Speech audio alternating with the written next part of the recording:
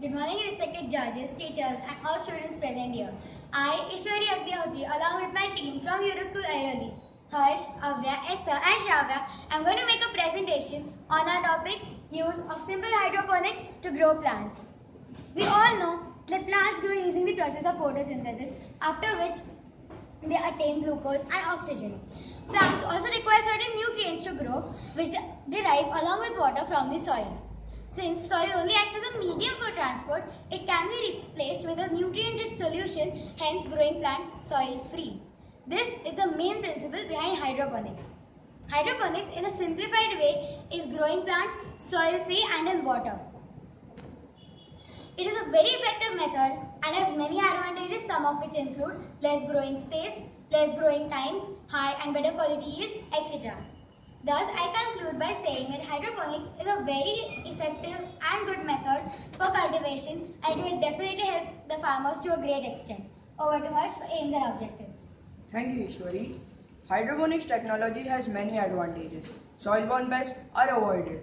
No weeding is required. No different soil types are required.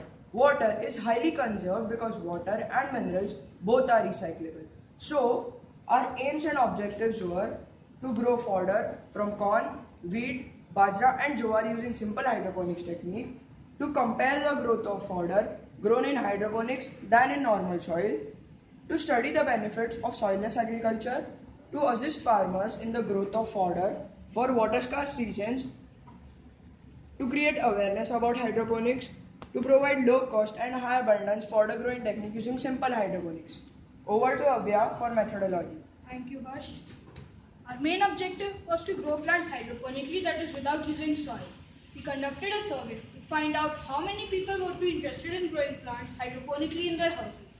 The survey included of a questionnaire which was answered by 50 people across Thane, Mulund and Aurora. After conducting the survey, we found out that 96% of the people were interested in growing vegetables without using chemical fertilizers and pesticides.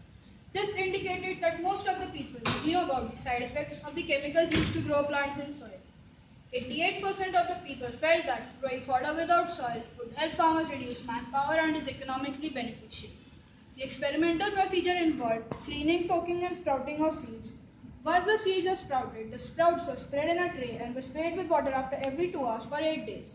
We also stored seeds in soil for comparative study of both the procedures. Lengths of shoots were measured daily for both hydroponically and traditionally grown plants, and on the 8th day, we measured the weight of the fodder obtained by both the procedures. Now I would like Esther to tell about the results and conclusion. Thank you, Avya. After observing the growth of the fodder for 8 days, following by the results, the average length of the shoots in the hydroponically grown fodder was about 10 centimeters. This graph shows us the length of each grain, corn, bajra, jowar, and wheat from day 1 to day 8 in hydroponics. This graph shows us that the yield in hydroponics was about 1.5 to 2 times higher than that obtained from soil. The best observation was the 3 centimeter thick root mat in the fodder obtained hydroponically. We concluded that hydroponics is a better alternative to cultivate fodder. It minimized the land usage, it provided us with a much higher yield in a relatively less space, it provided us with a healthier cattle and a better supply of milk, which is profitable to farmers. Less supplements are required due to the availability of green fodder. It's an ideal option in water scarce regions since water can be supplied through it to a periodic drip or spray system, hence reducing the total amount of water required. No soil related infections since there are no soil related microbes and hence no use of pesticides or insecticides. There is no messy soil work since the fodder along with its root mat can be simply rolled and directly fed to the animals. Thus, I conclude that hydroponics is a better alternative to cultivate fodder over the conventional soil techniques. This method of growing green fodder definitely supports sustainable development.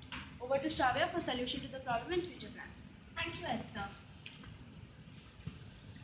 For economical and sustainable development in dairy farming, round-the-year fodder production is essential. Clearly, our country does not support this round-the-year availability of green fodder. Hydroponics gives a clear solution to this problem. Hydroponics is easy to set up, cost-effective, and reduces manpower. It reduces water usage, land consumption, and ensures continuous food supply in abundance.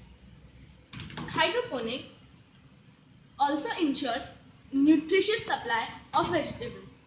In future, we plan to set up devices at our homes for the growth of vegetables with simple hydroponic methods, to grow algae for the production of biofuels, and to grow nutritious and healthy vegetables.